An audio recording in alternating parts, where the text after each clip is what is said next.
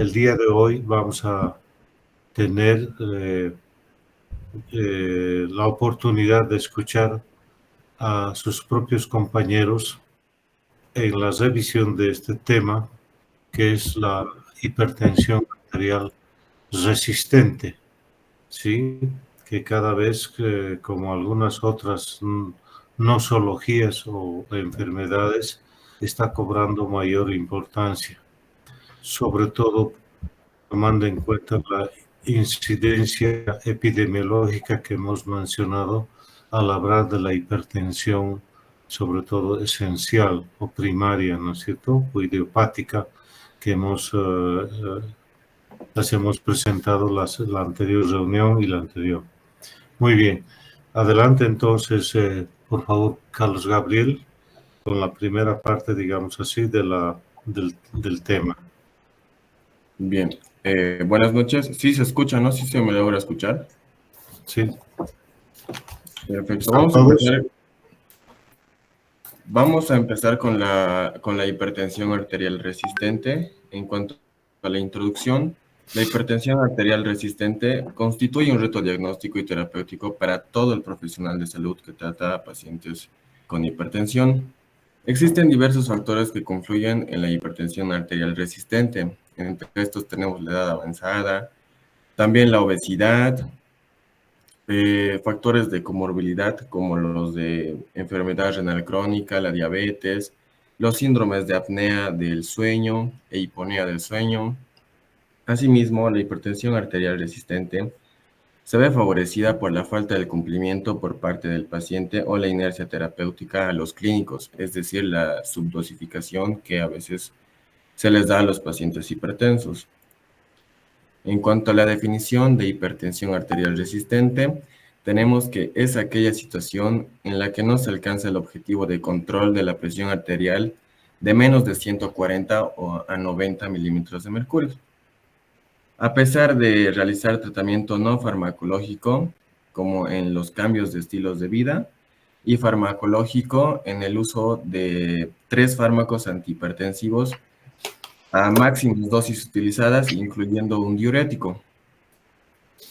La American Heart Association amplió esta definición para algunos pacientes que sí llegan a controlar hasta con 4 fármacos antihipertensivos. También se sabe que hace mucho tiempo se llegaba a utilizar los términos hipertensión arterial resistente e hipertensión arterial refractaria como sinónimos. Pero hace unos años se sabe que la hipertensión arterial refractaria ahora es la que no alcanza el objetivo de control, a pesar de utilizar 5 o más antihipertensivos.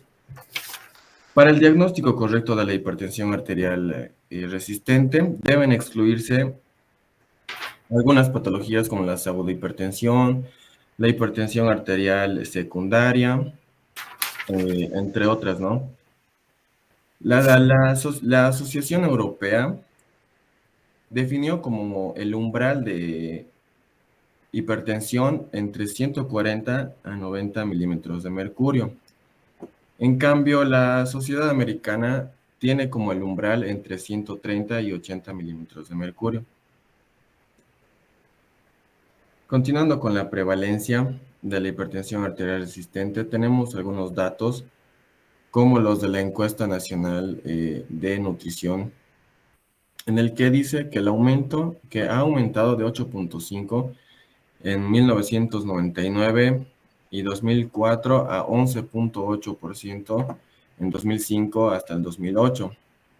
Tenemos otros datos del Registro Español de la Monitorización Ambulatoria de la Presión Arterial, en la que nos dice que el 12.2% de todos los hipertensos tratados presentaron hipertensión arterial resistente. Y en pacientes con enfermedad renal crónica se describieron prevalencias incluso más elevadas con cifras entre el 25 y el 40%. Las características clínicas de pacientes con hipertensión arterial resistente. Aquí observamos que el fenotipo del paciente con hipertensión arterial resistente incluye una serie de factores en los cuales incluimos los demográficos, fisiopatológicos y comorbilidades, además de daño subclínico de órganos dianas estos que contribuyen tanto en su resistencia al tratamiento farmacológico como en su pronóstico cardiovascular. Entre algunos factores demográficos que tenemos son la raza negra, la edad avanzada y el sexo masculino. Tres o más factores de todos los que podemos observar van a contribuir a una hipertensión arterial resistente. El pronóstico que tenemos con estos pacientes, según Perdón, Carlos Gabriel. Sí, es bueno mencionar los otros dos componentes más, por favor. Si claro, puedes volver. Sí, eso. En la la, parte fisiopatológica.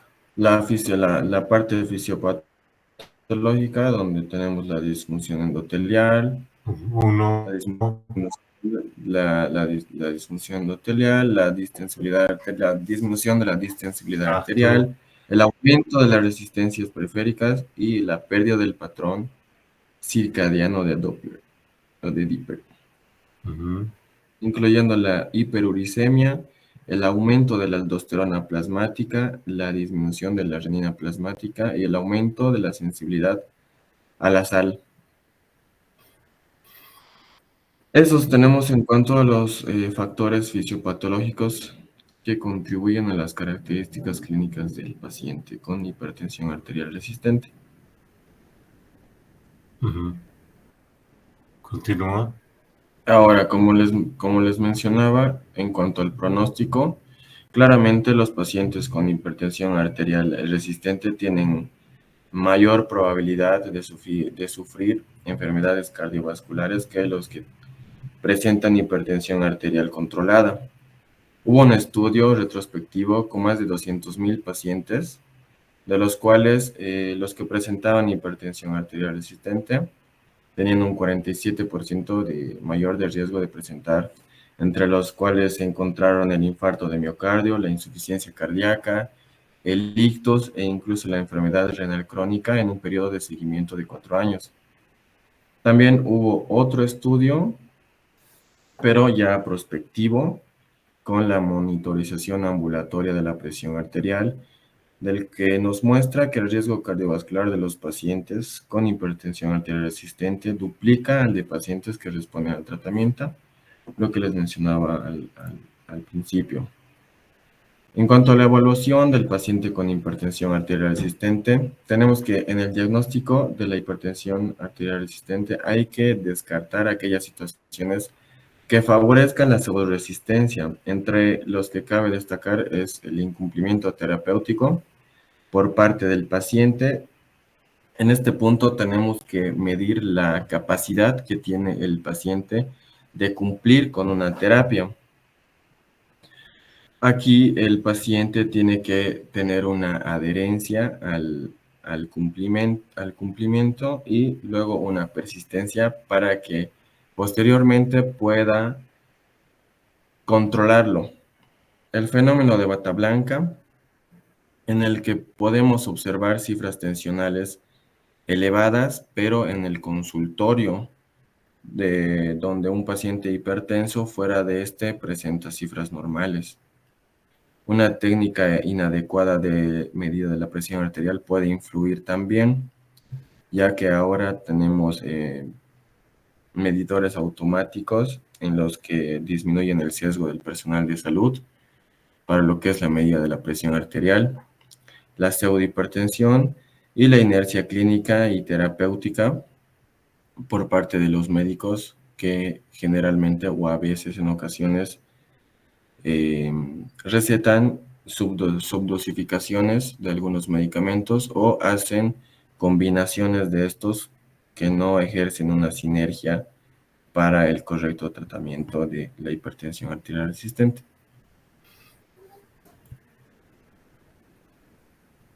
Bueno, yo voy a continuar hablando. Primero, él habla, ¿no?, de la pseudo resistencia, y esto se da generalmente por la toma incorrecta de la presión arterial y puede llegar a ser hasta en un 50% lo que es una pseudo resistencia. Entonces, son varios factores que van a estar involucrados en la falsa toma de la presión arterial. Se ha hecho estudios donde había médicos que estaban especializados en lo que es en la hipertensión arterial y los médicos generales que medían la presión arterial.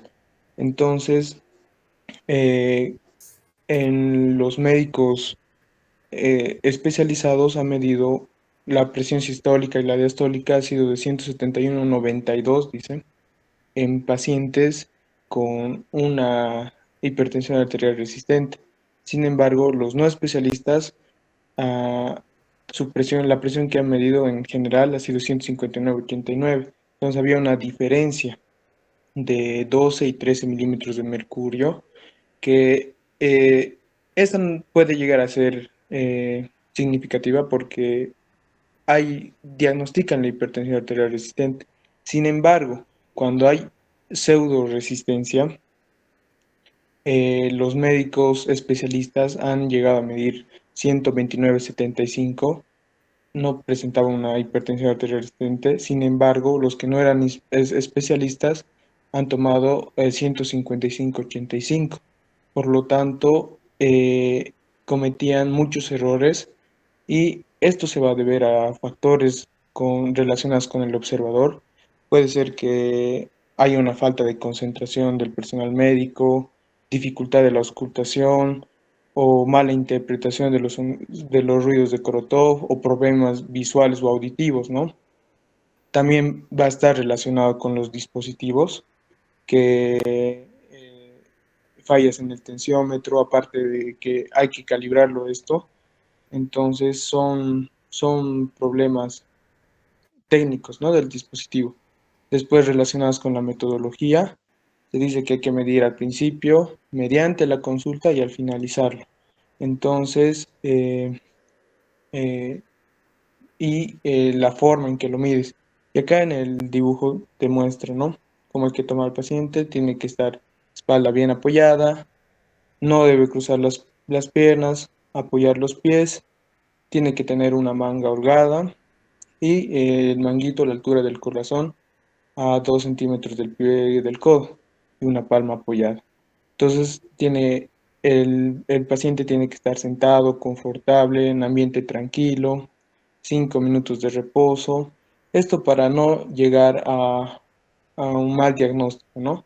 Diagnosticar la hipertensión arterial resistente y no tener así una pseudo resistencia. 3 mediciones consecutivas, como les decía. Se tiene que tomar la presión sentado, también parado, para mm, diagnosticar la hipotensión ortostática o la diferencia entre presiones, ¿no? Entonces, así es como podemos llegar a un buen diagnóstico. Siguiente. Entonces, para llegar a un correcto diagnóstico de la hipertensión arterial resistente, esta debe ir dirigida a confirmar la presencia de una resistencia verdadera. Entonces, lo que tenemos que realizar es buena historia clínica, donde se tiene que documentar la duración, la gravedad y la evolución de la hipertensión, los fármacos que está tomando, los efectos secundarios y el uso de algunos otros fármacos que pueden estar elevando la presión arterial. Un buen examen físico que tiene que ir dirigido al daño orgánico y a las posibles causas secundarias que estén causando esta hipertensión resistente. Entonces el examen físico tiene que ir dirigido al daño orgánico, daño vascular, palpación a los pulsos cardiacoides y periféricos, auscultación abdominal, si es que estamos pensando en una estenosis de arteria renal, un fondo de ojo, tomar la presión arterial en ambos brazos y piernas, si hay sospecha de una coartación aórtica, y posibles causas secundarias, como sería un hipercortisolismo o como ven esta imagen característica, el de Cushing, donde vemos la fase de luna llena, estrías abdominales, joroba de búfalo, ¿no? o un feocromocitoma. Por lo tanto, tenemos que ver las causas secundarias y el daño, ¿no? Entonces te dice un proceso diagnóstico terapéutico, hay que tomar una conducta, mm, hay que confirmar también la hipertensión arterial con la monitorización ambulatoria de la presión arterial, evaluar el cumplimiento de las recomendaciones terapéuticas, revisar los fármacos, los efectos adversos y si hay otros fármacos que está consumiendo, um, evaluación del sobrepeso u obesidad del paciente, sospechas de causa de hipertensión arterial secundarias, eso vamos a ver en el examen físico, y intensificar y optimizar el tratamiento farmacológico, ¿no? Siguiente diapo. Y acá vamos a ver fármacos que pueden estar aumentando la presión arterial, ¿no? Descongestionantes nasales, como la fenilefrina, drogas estimulantes, anfetaminas, cocaína, droga. Entonces, pueden estar aumentando la presión arterial, el alcohol, tratamientos oncológicos, los AINES, todos los AINES pueden inducir a una hipertensión arterial, eh, inhibidores de la COX-2, corticoides, glucocorticoides, mineralocorticoides, anticonceptivos orales, inmunosupresores, estimulantes de la eritropoyesis, como la eritropoyetina, antidepresivos y antirretrovirales. Entonces, tenemos que hacer una buena historia clínica, saber qué medicamento está consumiendo y cuáles son las posibles causas, ¿no?, de la elevación de la presión arterial. Siguiente, por favor. También, para hacer un buen diagnóstico tenemos que hacer pruebas de laboratorio, una bioquímica básica, que vamos a pedir sodio, potasio, cloro, bicarbonato, glucosa, creatinina, urea, un perfil lipídico, examen de orina. En el examen de orina se realiza la determinación de excreción urinaria de albúmina y la natriuresis, ¿no? Determinar renina y aldosterona. Si es que estamos sospechando en un hiperaldosteronismo, que ya sería una causa secundaria, determinación del cortisol o un hipercortisolismo, o las catecolaminas en orina, que podría estar sospechando de un feocromocitoma, que sí ya sería una causa secundaria, ¿no? Y la siguiente, técnicas radiológicas, por ejemplo, un Doppler renal, si es que se sospecha de una estenosis de la arteria renal, la angiotomografía computarizada se debe utilizar con cautela en presencia de enfermedad renal y en pacientes con sospecha bioquímica de neoplasias adrenales donde estén aumentadas la aldosterona, las catecolaminas o cortisol, hay que realizar, ¿no?, lo que es la tomografía o la resonancia magnética. Siempre tratando de encontrar, ¿no?, una causa primaria o una secundaria. Eso sería. Sí. Siguiente diapositiva, por favor. Ya, buenas noches. Vamos a hablar lo que sería el tratamiento de la hipertensión arterial resistente. El objetivo del tratamiento como tal es el mismo objetivo que manejamos en la hipertensión arterial sin resistencia al tratamiento. El tratamiento más adecuado para la hipertensión arterial resistente se basa en la identificación y la normalización de todos los factores contribuyentes a dicha resistencia. Siguiente diapositiva. En relación a la gestión de la hipertensión arterial resistente, debemos identificar y tratar las causas secundarias, como en este caso sería la apnea obstructiva de sueño, aldosteronismo primario, estenosis de la arteria renal, la hipertensión secundaria. Esta debe ser evaluada en pacientes con hipertensión resistente. Ya, siguiente.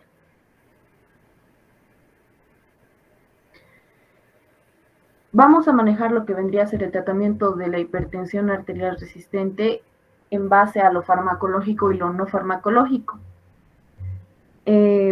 Primeramente debemos suspender lo que vendrían a ser los medicamentos que van a aumentar la presión arterial, como ya nos había mencionado mi compañero, que debemos cortar. Los medicamentos a considerar a cortar vendrían a ser los AINES u otros medicamentos específicos. Y si vemos que hay otros medicamentos que tal vez están afectando a la presión arterial de nuestro paciente, debemos discontinuarlos o directamente ajustar la dosis. Siguiente diapositiva. Bueno, les mencionaba de un tratamiento no farmacológico.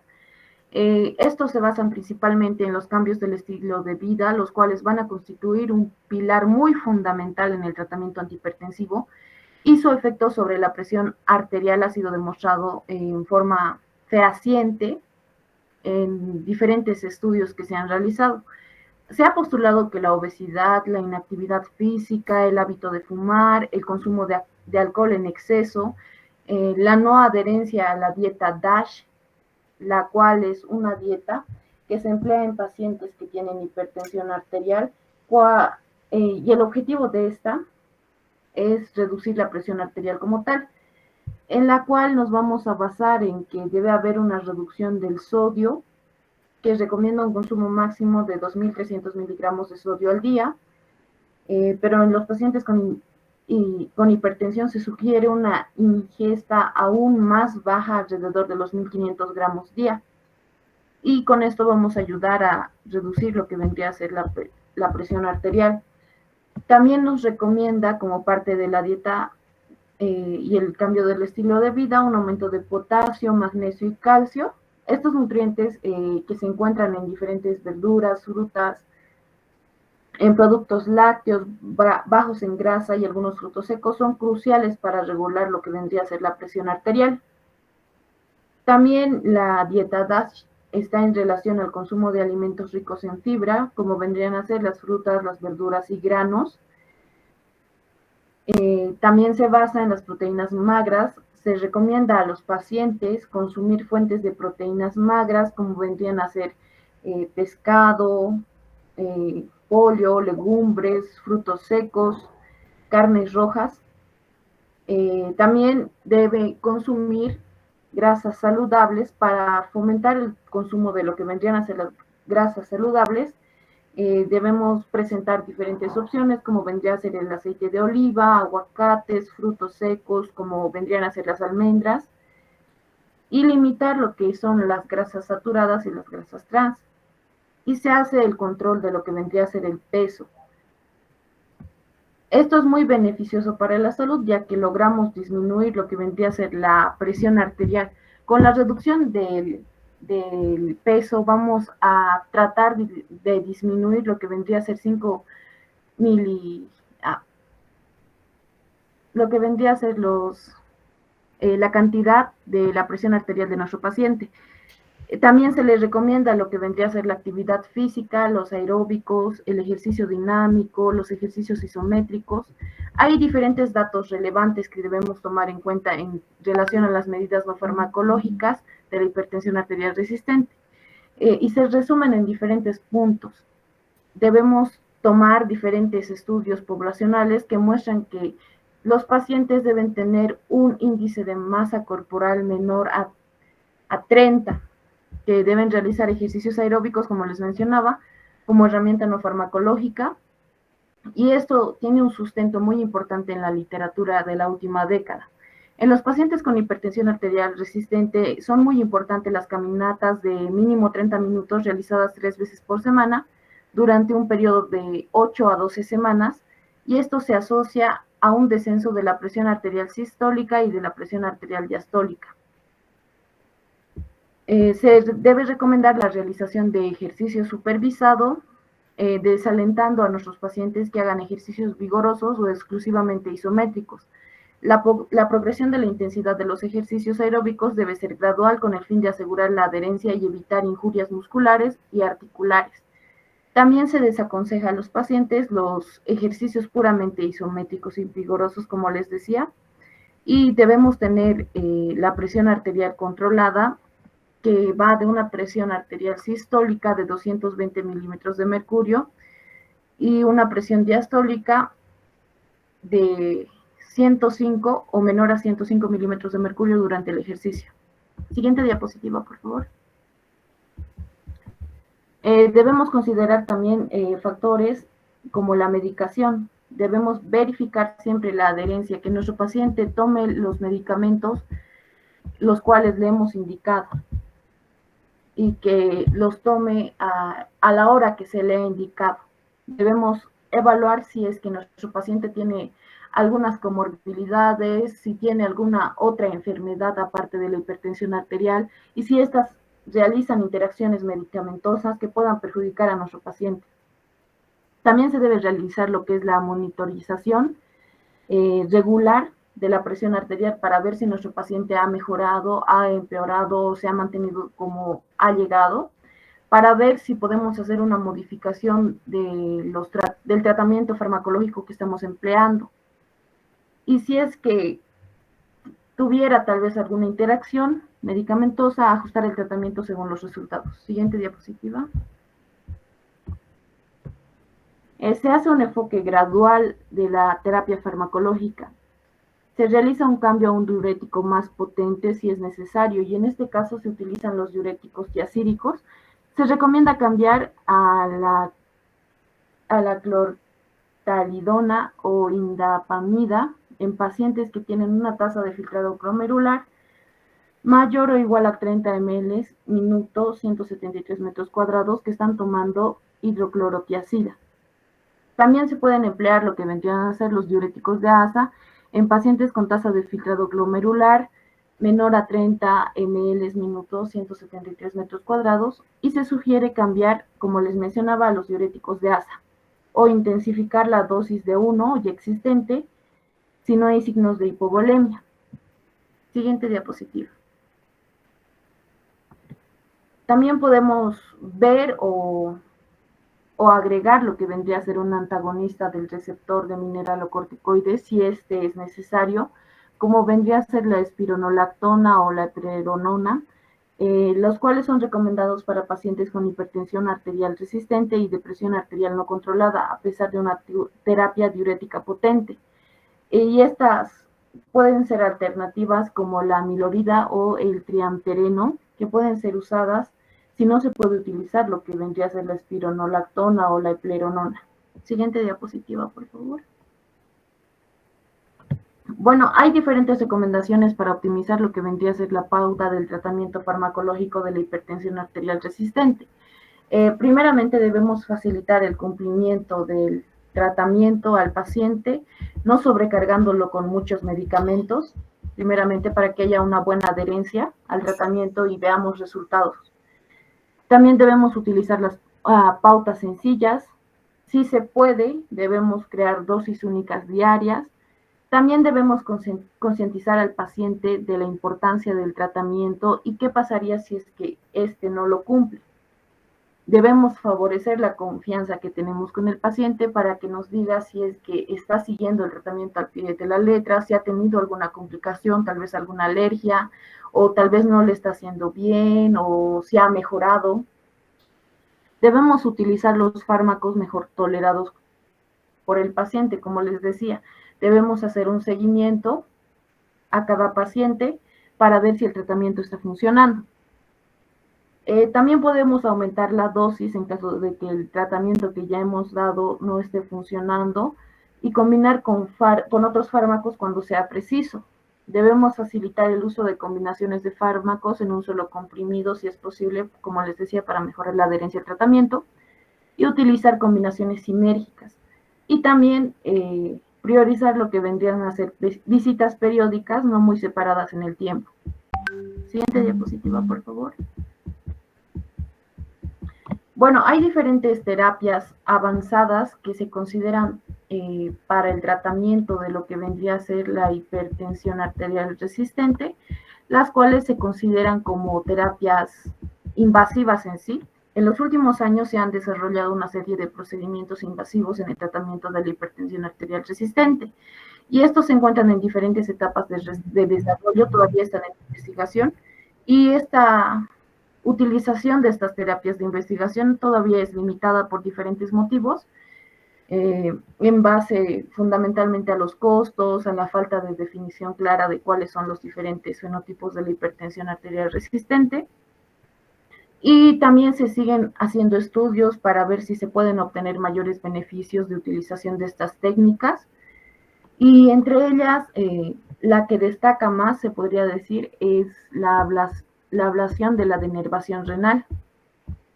Este concepto de simpatectomía como tratamiento de hipertensión arterial data del siglo XX. Desde esa época, la denervación simpática a través de la toracotomía permite lo que vendría a ser un descenso de la presión arterial en los pacientes sometidos a esta técnica, a expensas de lo que vendrían a ser efectos adversos serios vinculados a la inhibición simpática y por consiguiente la activación simpática. La gravedad de estos efectos adversos y la complejidad de la denervación necesaria hicieron pronto un método que estuviera en desuso, porque es muy invasivo, se podría decir. En el año 2009 se presenta lo que es el primer trabajo de denervación simpática a nivel de las arterias renales. Se toma como concepto lo que vendrían a ser las simpatectomías señaladas, pero limitando el tratamiento a los filetes simpáticos ubicados en la apéndice renal, fundamentalmente en el rol de riñón de la regulación de la presión arterial. Y se han hecho muchos estudios, de los cuales uno de ellos es el Simplicity. Este nombre es debido a que se utiliza un catéter específico. Este estudio dio muy buenos resultados en los 2 primeros estudios que se llevó a cabo, pero se dejó de utilizar luego debido a que no se pudo demostrar una superioridad de lo que es la denervación renal. A partir de estos resultados y a pesar de haber quedado demostrada la seguridad de esta técnica, el uso de la misma es desaconsejado en sí en la práctica clínica hasta no tener datos muy certeros. También vamos a hablar de lo que es la estimulación del vasoreceptor carotidio. También se hacen lo que vendrían a ser seguimiento y reajustes. Se hace el monitoreo conjunto de la respuesta del tratamiento, los reajustes periódicos y según la actividad y los efectos secundarios. En relación a la denervación renal, ¿quiénes pueden recibir esto? Vendrían a ser jóvenes con hipertensión arterial sistodiastólica, personas de la raza blanca, la frecuencia cardíaca debe ser muy controlada, y se hace también un control de lo que es la presión arterial basal. Siguiente diapositiva, por favor. En relación a las indicaciones, en relación a la denervación renal del 2022, la denervación renal puede ser utilizada, como les mencionaba, en adultos con hipertensión arterial resistente no controlada. La presión arterial debe ser mayor o igual a 140 o 90 milímetros de mercurio. Debe ser confirmada la presión arterial sistólica en 24 horas mayor a 130 milímetros de mercurio o una presión arterial sistólica diurna mayor o igual a 135 milímetros de mercurio.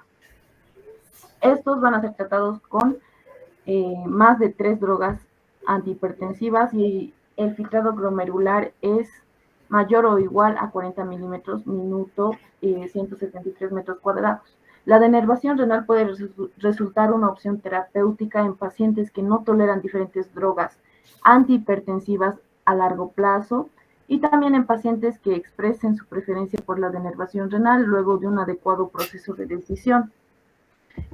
La denervación renal en sí es una de las terapias invasivas más desarrolladas que se tiene hasta ahora en relación a las demás, debido a que ninguno de los procedimientos que se están llevando a cabo a comparación de la denervación renal se encuentran aceptados para su uso clínico, tanto por las diferentes guías de hipertensión arterial como por los organismos regulatorios como la FDA. En conclusión final, en relación al tratamiento, se debe hacer ¿Qué, doctor? No, continúa. Va a disculpar, ya. En relación a las conclusiones del manejo de la hipertensión arterial, se precisa un abordaje multifactorial dirigido a las mejoras del estilo de vida, diagnosticar y tratar aquellas comorbilidades asociadas y optimizar el tratamiento antihipertensivo.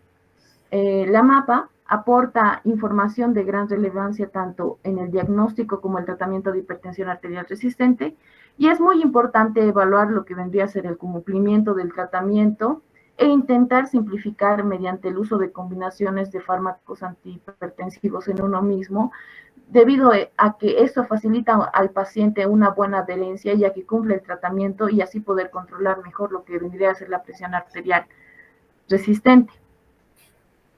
Eso sería todo. Muchas gracias. Sí, ¿alguna acotación por parte de los expositores a la parte que han expuesto, por favor, si es que alguna, o alguna acota por parte de los demás participantes en la reunión, en la clase?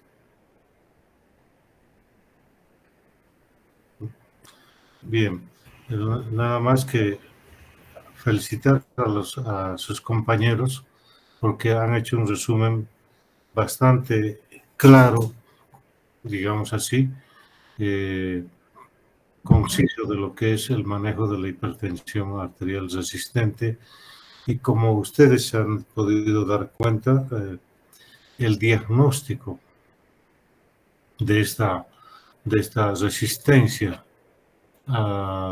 en el control de la presión arterial de los pacientes, de muchos pacientes, no es tan fácil como se diga. Requiere muchos aspectos, sobre todo hay que tomar en cuenta el buen relacionamiento que debemos desarrollar con el paciente, la confianza sobre todo, para que podamos obtener una información lo más real y certera posible.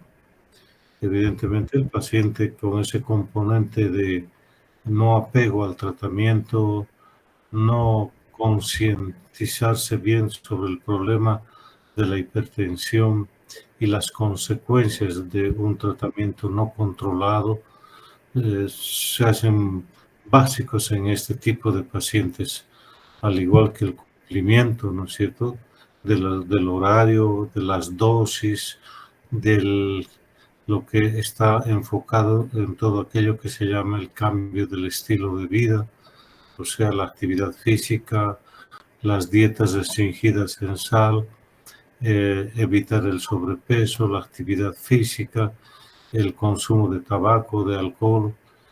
Toda aquella situación pues no se va a poder desarrollar y cumplir por parte del paciente, sobre todo si esa relación del médico con su paciente no llega a ese grado de confianza mutua. Sí, y esto va a dar lugar a cambios de terapias, a pacientes que van rotando de médico porque no encuentran aparentemente una respuesta certera a su enfermedad, ¿sí? Y otras situaciones que pues tienen que ver con ello, ¿no? No podemos dejar de lado otras situaciones de que, pues como la hipertensión es una enfermedad que no tiene cura, la cronicidad del tratamiento también influye en el apego del paciente a su terapia. El paciente se cansa, y no solamente a veces el paciente, sino el grupo familiar. Aparte de aquello, pues habría que incluso mencionar de que algunos artículos ya hablan incluso del grupo de pacientes hipertensos refractarios al tratamiento. Es decir, pacientes que inclusive están haciendo uso de 5 fármacos, ¿sí?, y no existe una respuesta adecuada. evidentemente, como nos ha mostrado su compañera, esa terapia de la denervación renal parece ser una propuesta adecuada para este grupo de pacientes. Sin embargo, la parte técnica no es tan simple que digamos de ser realizada, ¿sí? Por lo tanto, nosotros como médicos de primer nivel tenemos que enfatizar nuestra conducta a la atención en realidad del cumplimiento de todas estas condiciones que requiere el control de la presión arterial.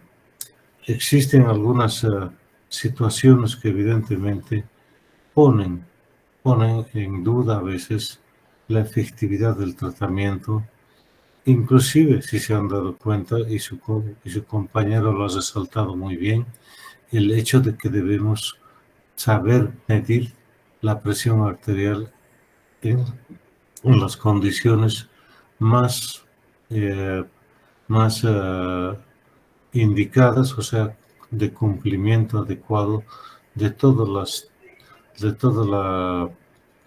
el equipamiento que significa el control o la medición de la presión arterial, y donde pues ese relacionamiento de confianza con el paciente es vital para conseguir aquello, ¿no es cierto? Donde pues a raíz de justamente esta dificultad de tener un control, digamos, fiable de los niveles tensionales del paciente en la consulta, es que se ha optado en todas las guías, se ha aceptado la medición ambulatoria de la presión arterial o la medición domiciliaria también de la presión arterial, y prácticamente dentro de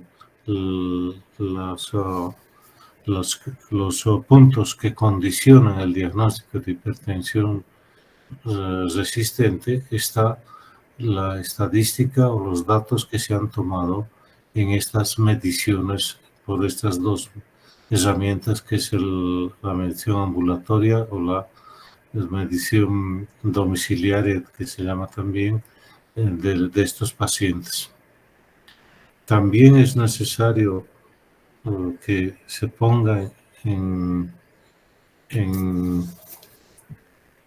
consenso de que, como han debido ver sus compañeros que han revisado este tema, existen muchos estudios en camino, existen muchos grupos que pregonan algunas medidas que a veces no llegan a conclusiones muy decisivas, digamos así, o no diríamos de desconfiar, sino de seguridad de que se hayan cumplido algunos esquemas.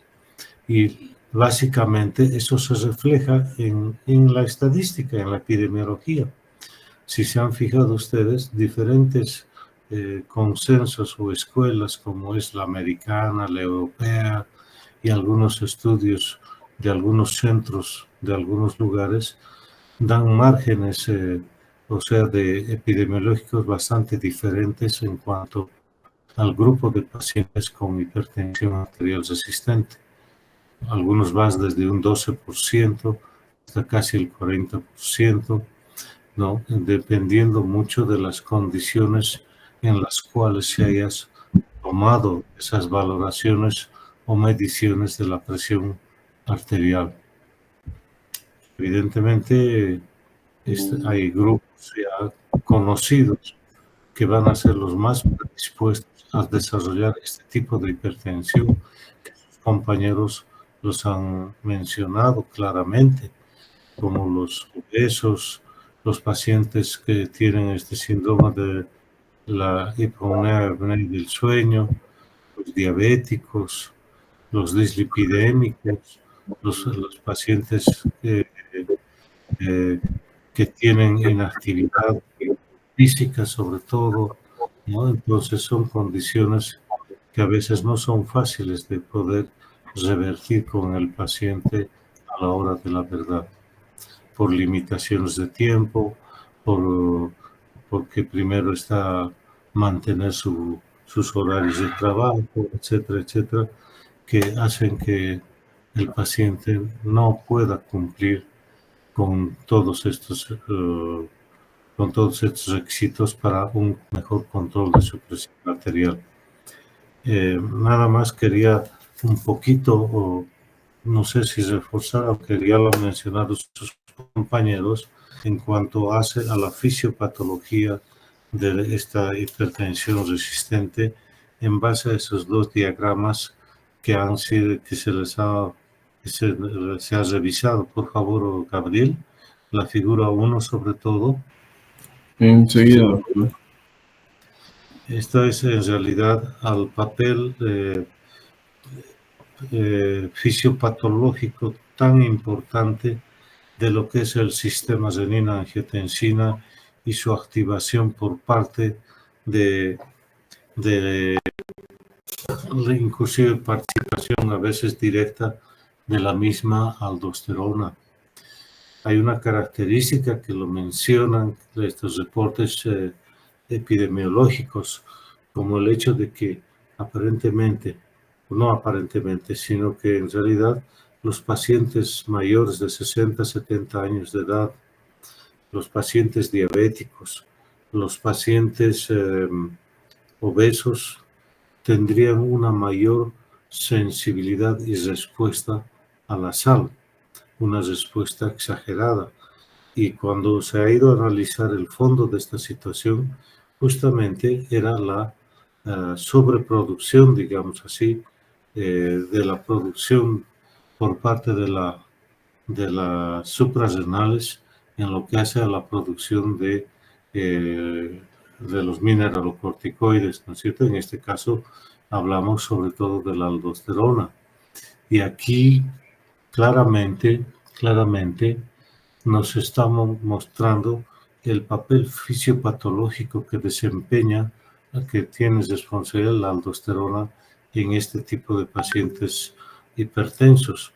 No vamos a decir exclusivamente, porque también en el resto de los hipertensos tiene acción, pero en estos pacientes, por esa sobreestimulación simpática que tienen, que lleva a esta mayor producción de aldosterona y estos efectos de la misma aldosterona sobre los centros que le estimulan a su propia secreción, digamos así, por parte de la suprarrenal.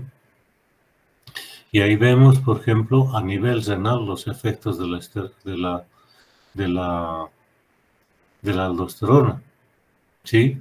En lo que hace a la disminución, si quieren así, de la excreción del sodio, inclusive del cloro, y la activación de esta bomba de sodio y potasio con una mayor absorción de sodio a nivel tubular y lógicamente con una disminución o mejor dicho, de un aumento de la reabsorción de sodio y un aumento en la excreción de potasio.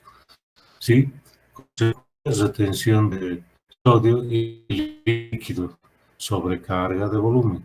A nivel vascular, la participación de la aldosterona en lo que hace al remodelado y a la vasoconstricción que lleva en la parte de la microvasculatura de estos pacientes.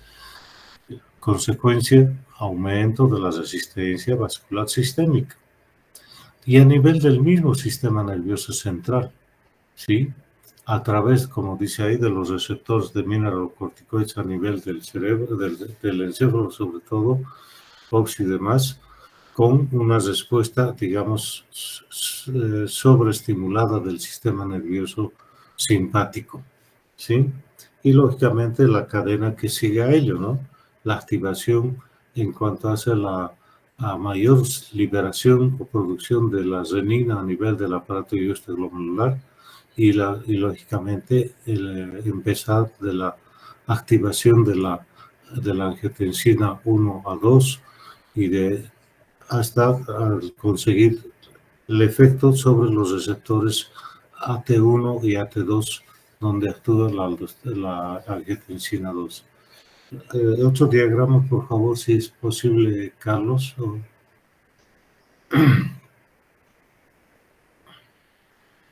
Este es como dice ahí, fundamental, un esquema fisiológico fundamental o básico, si quieren, para la hipertensión arterial resistente. Fíjense en la columna, en la fila de arriba, digamos así, la ingesta exagerada de sodio, la sobreactividad del sistema renina-angiotensina y, lógicamente, en parte de esta activación del simpático, ¿sí? Y la disfunción endotelial que también nos mencionó su compañero. Y fíjense cómo cada uno de estos componentes es determinante para el desarrollo de este tipo de hipertensión. Por ejemplo, la ingesta exagerada de sodio se debe a que, aparte de esa actividad aumentada de la reabsorción de sodio, lógicamente una disminución en la excreción de sodio a nivel de la vía urinaria. Lógicamente, retención de sodio y fluidos o líquidos, consecuencia, expansión de volumen y aumento de la resistencia periférica. En cuanto a esa actividad del sistema renina-aldosterona, ahí está, un aumento en la secreción de la aldosterona, que lógicamente va a participar en esa retención básica de sodio y líquidos, y por el otro lado va a estimular más la actividad del sistema nervioso simpático a nivel renal, ¿sí? Esta situación tiene que ver con esa actividad del sistema nervioso simpático a nivel renal, lo que hace un momento Carla nos indicaba de la denervación renal, que es una terapia en este tipo de pacientes. Ahí está. Prácticamente estuviéramos yendo a esa interrupción de esta sobreactividad simpática renal, que lógicamente vía aldosterona y demás aumentan también el volumen sanguíneo. Y finalmente, esta participación tanto de la aldosterona o vía aldosterona y vía nervioso simpático, ese remodelado de la pared vascular, de la fibra, de la musculatura lisa de los vasos sanguíneos, sobre todo capilares, con un aumento de la resistencia o si quieren, un aumento de una rigidez del vaso, si quieren, característica de muchas situaciones de los pacientes mayores de edad, y consecuencia de estos cuatro, digamos, participantes, como dice, fundamentales, consecuencia de ello, tener una hipertensión arterial resistente. ¿Alguna pregunta al respecto de parte de los participantes? Siempre va a haber un poco de no discordancia, digamos así, sino de acuerdo a sus datos epidemiológicos. Por ejemplo, tanto la Sociedad Internacional de la Hipertensión y Cardiología de Europa y de Estados Unidos continúan hablando de una hipertensión resistente cuando la presión arterial se mantiene por encima de 140-90 milímetros de mercurio. En cambio, hay también dentro de la escuela norteamericana han disminuido, ¿no es cierto?, los niveles de la presión arterial normal, que deberían estar por debajo de 130-80 milímetros de mercurio, ¿sí? Son pequeñas diferencias, pero lo que sí tenemos que ver es tomar en cuenta es que a la larga, lógicamente, el agotamiento de esa sobreestimulación y demás va a llevar nomás a esos procesos proliferativos de la degeneración o fibrosis intersticial a nivel tanto de riñones como de vasos, corazón, cerebro, inclusive vasos cerebrales, que van a llevar a esa poca respuesta y rigidez, digamos, de la pared vascular y poca respuesta a los relajantes como son los antihipertensivos, ¿no es cierto? Que son los relajantes de la musculatura lisa en una palabra. ¿Alguna pregunta al respecto, jóvenes? Hemos querido traer a estas reuniones de la materia este capítulo, que tal vez para algunos sea relativamente nuevo, pero que hay que tomarlo en cuenta, sobre todo en aquellos pacientes en los cuales vamos a tener un fracaso de la terapia que hemos instaurado. Y como ven ustedes, hay diferentes factores que deben ser tomados en cuenta, desde el interrelacionamiento con el paciente, la condición social del mismo, el grado de instrucción, el grado de apego, de cumplimiento de las medidas que se han instaurado para el control de su presión arterial, ¿sí? Y que no son nada fáciles. ¿Alguna pregunta al respecto por parte de los otros participantes o de los jóvenes del grupo? Carla, Carlos o Carlos Antonio o los otros jóvenes que están del grupo. Creo que no, doctor. No sé qué No, dice. todo muy claro. Muy bien. Como una especie de... Sí, dígame. Doctor, buenas noches. Quería hacer una pregunta. En un Sí. paciente que se le hace diálisis, ¿hay alguna razón por la que pueda subir la presión al momento que se le realiza? Claro que sí. El momento que se les realiza, dices, ¿no? Sí. Pueden haber muchas situaciones o factores que condicionan, digamos así, una hipotensión. Me estás hablando de eso, ¿no? Una hipotensión intradialítica, ¿sí? Sí, doctor. Ya. En este grupo de pacientes, a ver, otra vez volvemos a los mecanismos fisiopatológicos. Estamos hablando de que un grupo de pacientes que entran en esta categoría de hipertensos resistentes, justamente es este grupo de pacientes nefrópatas y que están en terapias de reemplazo renal.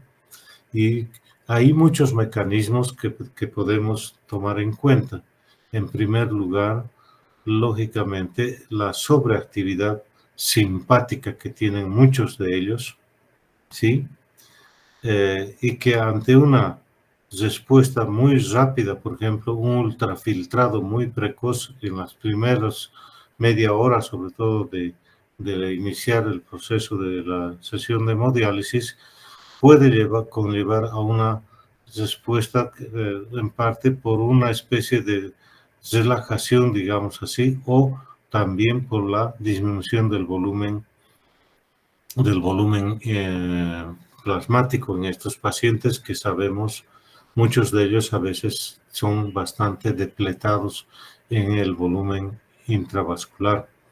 Por el otro lado, no nos olvidemos que a veces una retirada brusca de la cantidad de sodio, sobre todo, puede también llevar a estas respuestas simpáticas violentas, donde prácticamente se produciría una especie de rebote y una baja de la tensión ante la hipotensión en estos pacientes. También no podemos dejar de lado algún pirógeno que nos esté jugando una mala pasada en el torrente sanguíneo del paciente. Otras situaciones que tenemos que tener en cuenta, pacientes que tal vez tengan también un déficit en la fracción de eyección, o sea, en su gasto cardíaco. No nos olvidemos, por otro lado, que todos estos pacientes tienen anemia, o sea, su masa globular roja también está disminuida. No nos olvidemos ahí de la hipoxia tisular que se puede producir en estos pacientes, no solamente a nivel central, sino a nivel de los otros, como en este caso, sobre todo a nivel cardíaco también. Otras situaciones se pueden deber a que muchos de estos pacientes, y eso hay que tener mucho cuidado, muchas veces se olvidan y se toman sus dosis de antihipertensivos antes al salir de casa para venir a su sesión de diálisis, ¿no? Esa es otra situación que es muy frecuente de encontrar en ellos, de que se han tomado sus antihipertensivos y lógicamente en los primeros momentos de diálisis hacen estos episodios de hipotensión. Otra situación también importante es el desequilibrio electrolítico que tienen estos pacientes, muchos de ellos, ¿no? Hiponatremias, hipopotasiemias, a veces más marcadas, incluso hipocalcemias que pueden estar arrastrando y que no se han controlado bien. Y lógicamente su cantidad, sus gramos de hemoglobina que tienen, ¿no? Sabemos que por debajo de 10 gramos de hemoglobina, estos episodios de hipotensión, sobre todo en este grupo de pacientes que están en una terapia de reemplazo, se hacen más frecuentes y lógicamente a veces obligan a una reposición de volumen inmediata, ¿no? Como has debido tal vez observar que este manejo de reposición que se hace durante la sesión de hemodiálisis. No sé si hemos como satisfecho tu pregunta. Hola. Hola. Creo que sí, doctor. ¿Cómo? Sí, doctor, todo claro. Sí, no, ¿quién era su compañera que preguntó? Creo que no la veo, no la estoy viendo. Bien. Doctor. Otra situación que debemos tomar en cuenta es para mañana el tema que se va a revisar, ¿no es cierto, jóvenes? Es un poco de lo que es el síndrome hepatorenales, ¿no? Para mañana que hemos preparado, jóvenes. Sí, doctor, ese es el tema para mañana. Muy bien. ¿Alguna pregunta del auditorio? ¿Estamos en hora todavía o ya estamos en hora, jóvenes? Ya estamos en hora, doctor, ya son las 8:06. Bueno, entonces mañana nos estamos reuniendo con un poquito de anticipación, ¿no es cierto?, para hablar del síndrome hepatorenal, ¿no? Sí, doctor. Ya. Muy bien, chicos. Nos vemos entonces mañana. Y cualquier cosa, pues, como les digo, al grupo, sobre todo, a los tres que han expuesto, podían reforzar si en algún caso es necesario, aunque bien lo dijo ya Carlos, que pues prácticamente estaba lo mismo repetido acá en esta revisión que le hemos dado. En ese caso no es necesario, pero si se justifica hacer alguna suplementación, háganlo. ¿Listo? Está bien, Sí, doctor. está bien, doctor. Sí. Era muy bien. Agradeciéndoles entonces por la atención a todos sus compañeros y lógicamente, muchachos, está bien la revisión que han hecho hasta ahora. Muy bien. Entonces nos vemos mañana. ¿Sí? Hasta mañana, doctor.